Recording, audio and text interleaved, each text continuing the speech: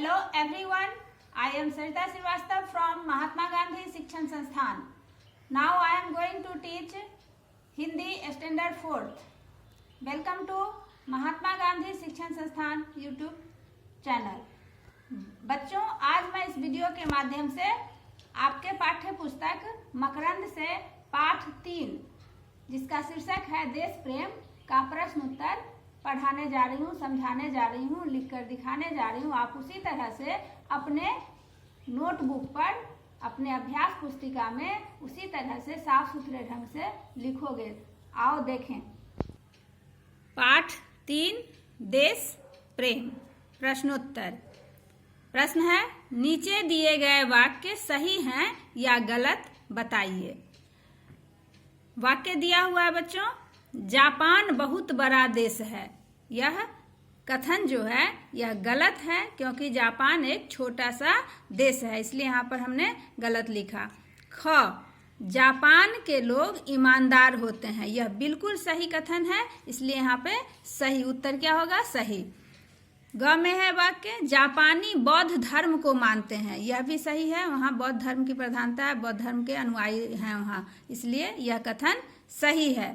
घ में, जापानी लोग सुंदरता की कद्र नहीं करते। यह गलत है बच्चों, इसलिए यह यहाँ पर गलत लिखाएगा। अब अगला कथन है बच्चों, देश के लोग ही देश को तुच्छ या महान बनाते हैं। बिल्कुल सही कथन है यह, तो यहाँ पर सही होगा। अब अगला प्रश्न बच्चों हम देखेंगे कि उचित विकल्प के सामने सही, इस तरह का निशान लगाना है आपको। पहला प्रश्न है कि जापान को किसका देश कहा जाता है।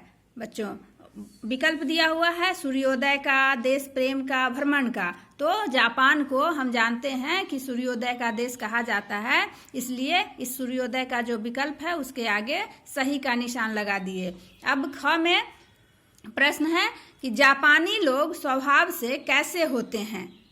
तो जापानी लोग बच्चों स्वभाव से मेहनती होते हैं। तो यहाँ पर ऑप्शन है मेहनती, आलसी, झगड़ालू। तो यहाँ पर मेहनती ऑप्शन जो दिया हुआ है विकल्प, उसके सामने हम सही का निशान लगाएंगे। ग में प्रश्न है बच्चों कि जापानी लोग धर्म से भी बड़ा किसे मानते हैं।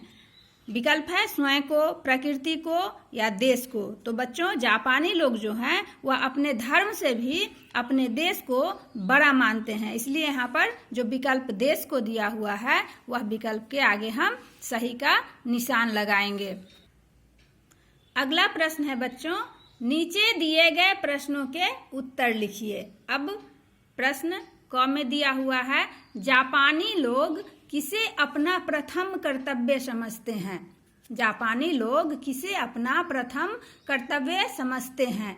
तो उत्तर होगा बच्चों कि जापानी लोग देश प्रेम को अपना प्रथम कर्तव्य समझते हैं।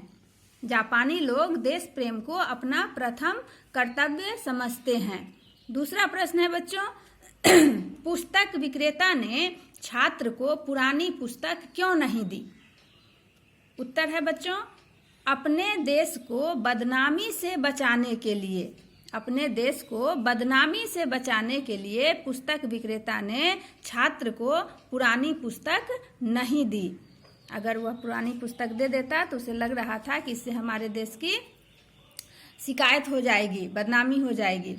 अगला प्रश्न है बच्चों कि नई पुस्तक लेकर छात्र क्यों हैरान रह गया। नई पुस्तक लेकर छात्र क्यों हैरान रह गया।